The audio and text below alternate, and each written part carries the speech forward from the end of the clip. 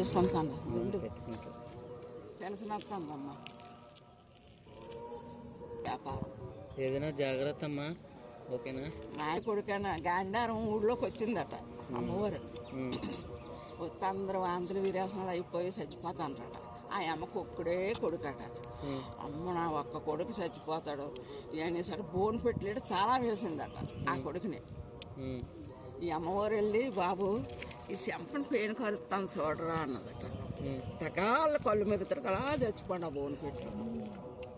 ఆయన చెప్తాం మనం ఎప్పుడు భయపడేవాడు.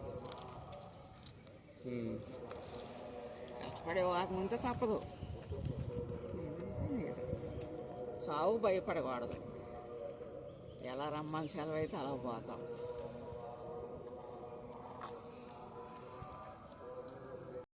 చెరువు పనికి వెళ్తాం. చెరువు పని చెరువు పని